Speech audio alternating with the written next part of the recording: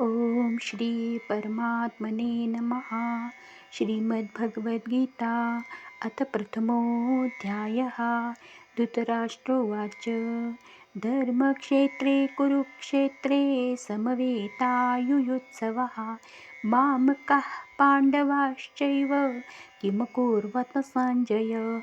सञ्जयोवाच दृष्ट्वा तु पाण्डवानीकं व्यूढं दुर्योधनस्तदा आचार्यमुपसङ्गम्य राजा वचनमब्रवीत्. पश्येतां पाण्डुपुत्राणामाचार्यमहती च मुं व्यूढान् द्रुपदपुत्रेण तव शिष्येण धीमता. अत्र शूरा महेश्वासा भीमार्जुनसमायुधि युयुधानो विराटश्च द्रुपदश्च महारथः.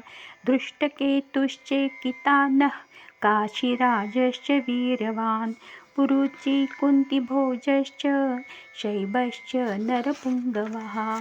युधामन्युश्च विक्रान्त उत्तमौजाश्च वीर्यवान् सौभद्रो द्रौपदेयाश्च सर्व एव महारथाः.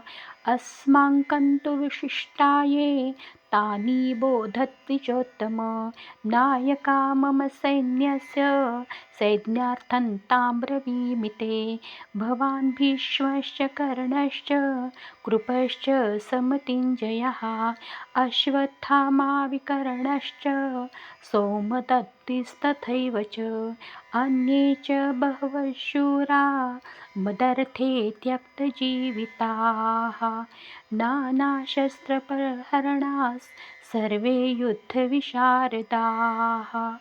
अपर्याप्तं तदस्माकं बलं भीष्माभिरक्षितं. पर्याप्तं त्विदमेतेषां बलं भीमाभिरक्षितम्.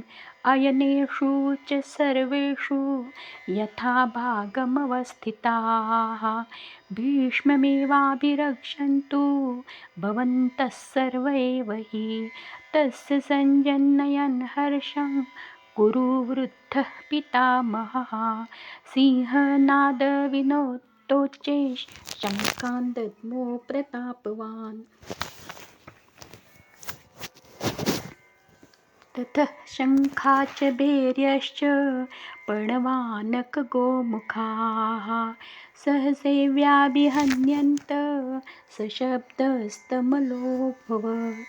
ततः श्वेते हरे युक्ते महति स्यन्दने स्थितो माधवः पाण्डवश्चैव दिव्यो शङ्खो प्रतत्मतुः. पाञ्चजन्यं ऋषिकेशो देवदत्तं धनञ्जयः पौड्रं दद्मो महाशङ्खं भीमकर्मावृकोदरः. अनन्तविजयं राजा कुन्तीपुत्रो युधिष्ठिरः नकुलः सहदेवश्च सुघोषमणिपुष्पको काश्यच परमेश्वास शिखण्डी च महारथः. दृष्टद्युम्नो विराटश्च सात्यकीश्चापराजितः. द्रुपदो द्रौपदेयाश्च सर्वशः पृथिवीपते. सौभद्रश्चो महाबाहुश् शङ्खान् दद्मो पृथक् पृथक्. सघोषो धार्तराष्ट्राणां हृदयानि व्यदारयत्. नभश्च पृथिवी चैव तुमुलो व्यनुनादयन्. अथ व्यवस्थितान् दृष्ट्वा धार्तराष्ट्रान् कपिध्वजः प्रवृत्ते शस्त्रसम्पाते धनुरुद्यम्य पाण्डवः. ऋषिकेशं तदा वाक्यमिदमाह महीपते. अर्जुनोवाच सेनयोरुभयोर्मध्ये रथं स्थापयमेच्युत. यावदेता निरीक्षेऽहं योद्धुकामानवस्थितान् कर्मया सह योद्धव्यमस्मिन् समुद्यमे. योत्समानामवेक्ष्येऽहं ये एतेऽत्र समागताः. धार्तराष्ट्रस्य दुर्बुद्धे युद्धे प्रियचिकीर्षवः. सञ्जय उवाच एवमुक्तो ऋषिकेशो गुडाकेशेन भारत सेनयोरुभयोर्मध्ये स्थापयित्वा रथोत्तमं भीष्मद्रोणप्रमुखस्थः सर्वैश्च महीक्षिताम् उवाच पार्थ पश्येतान् समवेतान् कुरुदिति तत्रापश्चात् स्थिता पार्थः पितॄनथ पितामहान् आचार्यान् मातुलान् भ्रातॄन् पुत्रान् पौत्रान् सखींस्तथा श्वशुरान् सुहृदश्चैव सेनयोरुभयोरपि तान् समीक्ष्य कौन्तेयस् सर्वान् बन्धूनवस्थितान् कृपया परयाविष्टो विषीदन्निदमब्रवीत् अर्जुनुवाच दुष्टवेवं स्वजनं कृष्ण युयुत्सं समुपस्थितं सीदन्ति मम गात्राणि मुखे च परिशुष्यति वेफतुश्च शरीरे मे रोमहर्षश्च जायते गाण्डीवं संस्तते हस्ता तक्षैव परिदह्यते न च शक्नो व्यवस्थातुं भ्रमतीव च मे मनः निमित्तानि च पश्यामि विपरीतानि केशव न च श्रेयोनि पश्यामि हत्वां स्वजनमाहवे न काङ्क्षे विजयं कृष्ण न च राज्यं सुखानि च किन्नो राज्येन गोविन्दं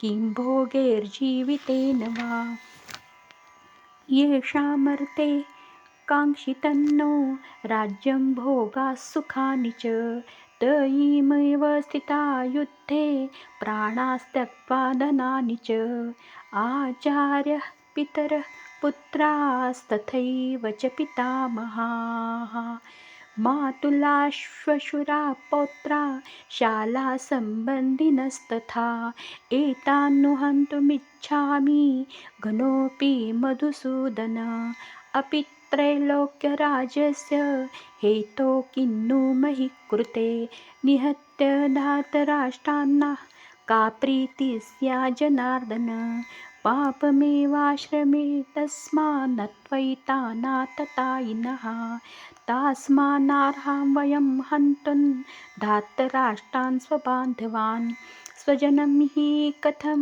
हत्वा सुखिनः स्याम माधव यद्यपेतेन पश्यन्ति लोभोपहतचेतसः कुलक्षयं कृतं दोषं मित्रदोहे च पातकं कथं न ज्ञेयमस्माभिः पापादास्मान्निवर्तुतं कुलक्षयं कृतं दोषं प्रपश्चाद्भिः जनार्दन कुलक्षये प्रणश्यन्ति कुलधर्माः सनातनाः धर्मे नष्टे कुलं कृष्ण अधर्मो विभवत्युतः अधर्माभिभवात् कृष्ण प्रदुष्यन्ति कुलस्त्रियाः स्त्रीषु दुष्टाशु वार्ष्णेय जायते वर्णसङ्करः सङ्करो नरकायेव कुलघ्नानां कुलस्य च पतन्ति पितरो येषां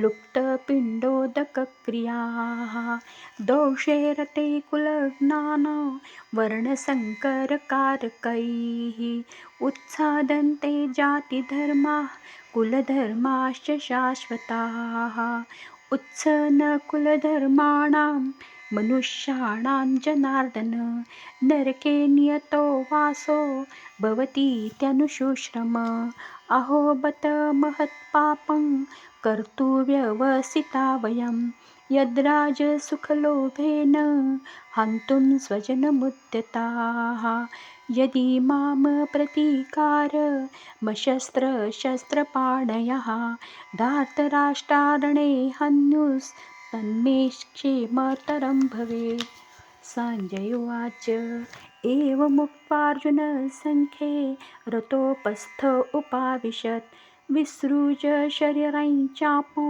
शोकसंविघ्नमानसः ॐ तत्सदिति श्रीमद्भगवद्गीतासु उपनिषत्सु ब्रह्मविद्यायां योगशास्त्रे श्रीकृष्णार्जुनसंवादे अर्जुनविषादयोगो नाम प्रथमोऽध्यायः।